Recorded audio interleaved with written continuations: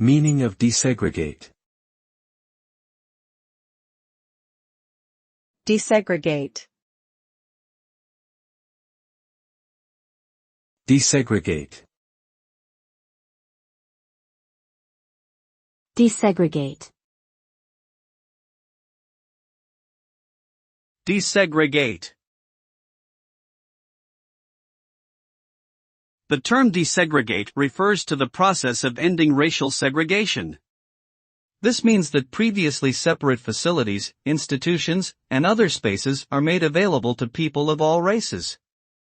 Desegregation is typically achieved through legal action or government intervention, and can occur in a variety of contexts, such as in schools, housing, and public spaces.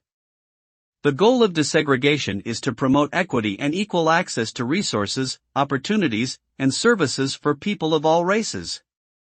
Ultimately, desegregation aims to build a more inclusive and equitable society.